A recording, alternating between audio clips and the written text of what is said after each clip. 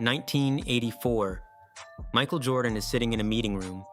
He is 21 years old. He has just been selected by the Chicago Bulls. Converse offers him $100,000 a year. Adidas, his favorite brand, is not interested. And then Nike comes in with a proposal that nobody expected. Jordan's current net worth, around $3.8 billion. Only $90 million came from NBA salaries. The rest, business. The lesson? Jordan understood that talent is temporary, but intellectual property is eternal. He didn't sell his image, he licensed it. He didn't work for brands, he became one. LeBron James, the king who thinks like an investor, 2003. LeBron James is 18 years old. He goes from high school straight to the NBA. Nike offers him $90 million for 7 years. Reebok offers $115 million. LeBron does something no one his age would do. He rejects more money for better structure. He signs with Nike but negotiates clauses that nobody else had. He didn't just want money. He wanted participation in design. He wanted marketing approval.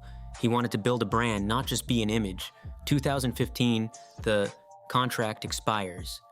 Nike offers an extension. LeBron says no. He wants something unprecedented, a lifetime deal. Nike accepts. Estimated value, more than $1 billion. The first billion-dollar deal in the history of sports. 2011, LeBron makes the investment that changed everything. He buys 2% of Liverpool FC for $6.5 million. The experts mock him. A basketball player buying English football.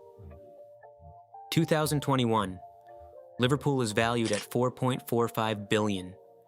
His 2% is now worth $90 million. A return of 14 times in 10 years. But his master move was LRMRR management. He didn't hire agents. He created his own agency with his childhood friends. Rich Paul handles his contracts. Maverick Carter handles his media. Randy Mims handles his logistics. He doesn't pay commissions to strangers. Everything stays in the family. Total control. Today, LeBron James is the first active player worth $1 billion in the NBA. Net worth, around $1.3 billion. Only about $580 million comes from basketball. The rest, investments, media, sponsorships. The lesson? LeBron doesn't play basketball. LeBron is a corporation that plays basketball as a marketing strategy. Cristiano Ronaldo, the human content machine. Cristiano Ronaldo has more than 650 million followers on social media, more than the population of the United States and Mexico combined. Each post is worth between $2 and $5 million. He posts several times per week on average. Do the math, up to 15 million weekly, just from social media. But let's start from the beginning. 2003, Cristiano arrives at Manchester United. He earns $1.5 million a year. He lives in a modest apartment. He drives a Mini Cooper. But while other players spent on parties, Cristiano studied Beckham, not his game, his business, how he built the Beckham brand. He took notes, literally. 2008, Nike offers him an extension, $8 million a year. Cristiano says it's not enough. He doesn't just want money, he wants his own CR7 line. Nike accepts, but CR7 is not just shoes. It's underwear, fragrances, hotels, gyms. Each product reinforces the brand reinforces the value generates more deals. Hotels in Lisbon, Madrid, New York, Marrakesh. Average occupancy, 90%. Why? Fans pay more to sleep where Cristiano sleeps. Each hotel generates 10 to 15 million annually. His share, 35%, pure passive income. CR7 Fitness, 100 euros monthly membership. Sounds normal until you see the numbers. 50,000 active members, 5 million monthly, 60 million annually. Cristiano doesn't show up. He doesn't train there. He just lends his brand. He receives 40% of profits, 24 million annually for existing. The master move was his contract with Al Nassr. It's not 200 million a year as reported. It's much more complex. 75 million in salary, 125 million in image rights, but the important thing, ambassador clause for the 2034 World Cup in Saudi Arabia. Estimated value, 300 million extra. Total, 500 million for 2.5 years. But here's the brilliant part. Cristiano didn't go to Saudi Arabia just for money. He went for the untapped market. 450 million people in the Middle East. New territory for CR7 brands. Every match is a 90-minute commercial for his products in a region with great purchasing power. His Instagram is worth more than many large companies, more than 620 million followers. Engagement rate, 2.5%.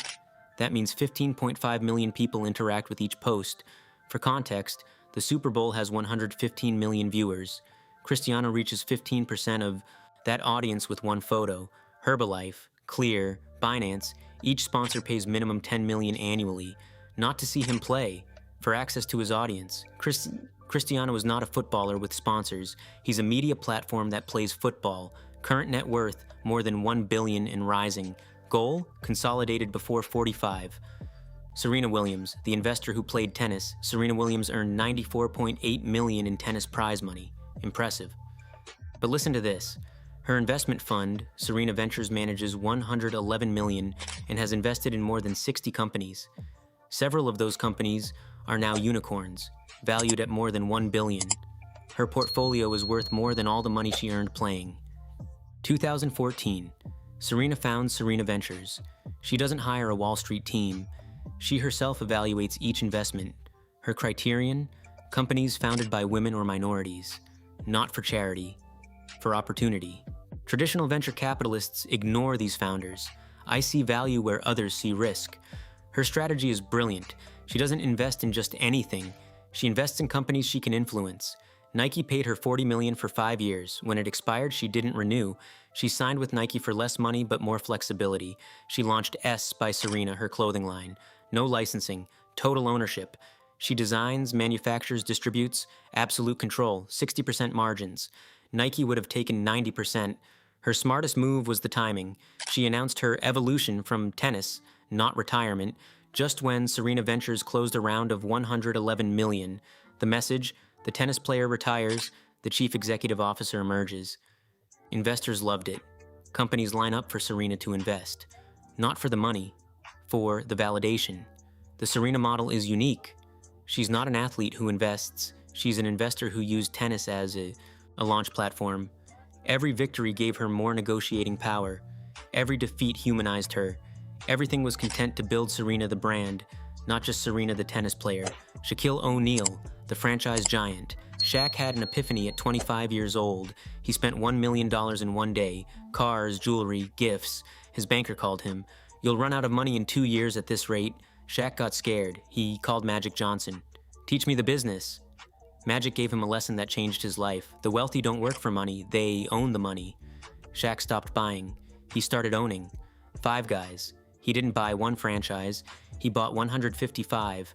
Auntie Anne's, 17 units. Papa John's, 9 units. Krispy Kreme, owner of one that broke records. 24-hour fitness, 40 gyms. Car washes, 150 locations. Everything generates income while he sleeps. Google, 1999. Shaq is at the Beverly Hills Hotel. He hears two guys talking about a search engine. Shaq doesn't understand anything about technology, but he understands opportunity. He approaches, asks if he can invest. He puts money in without understanding the product. Today he doesn't reveal how much he made, but sources speak of 100+ million. His philosophy is simple: invest in what people need, not in what they want. Food, fitness, basic services, not fashion, not luxury, not trends, eternal needs. That's why he rejected Starbucks. I don't drink coffee. I can't sell what I don't consume. Integrity over money. But that integrity generates more money in the long term. Education was his secret weapon. While other players avoided school, Shaq obtained his bachelor's degree, master's degree, and doctorate in education, not for the titles, for the knowledge. Every class taught me something about business.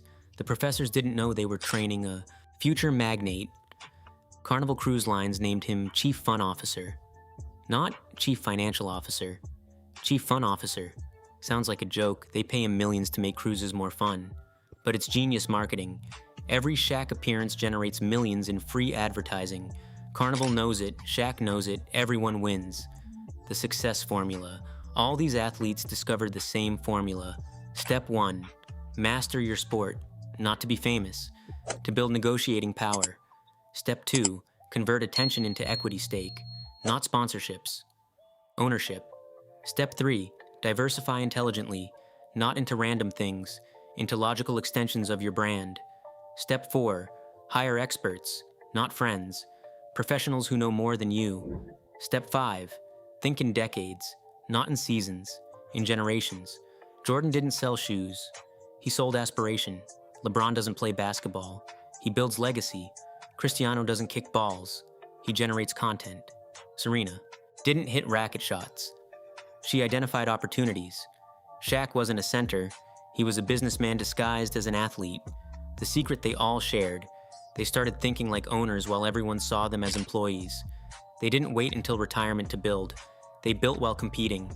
They used their peak moment of attention to negotiate equity stake, not just cash. The difference between rich and wealthy: the rich earn money, the wealthy own assets that generate money. These athletes are not rich, they are wealthy. They didn't work for money. They made money work for them. Sport was the vehicle. Business was the destination. Medals were the marketing. Contracts were the beginning. Ownership was the end. And all of them, absolutely all of them, understood a fundamental truth. Your sports career lasts 20 years maximum. Your brand can last forever. The next time you see an athlete, don't just see their talent, see their business potential. Because the truly great ones don't just win games. They win at the money game. And that game has no age limit, has no injuries, and has no retirement. Remember, think big and act today. See you in the next episode of the Millionaire Minds Laboratory.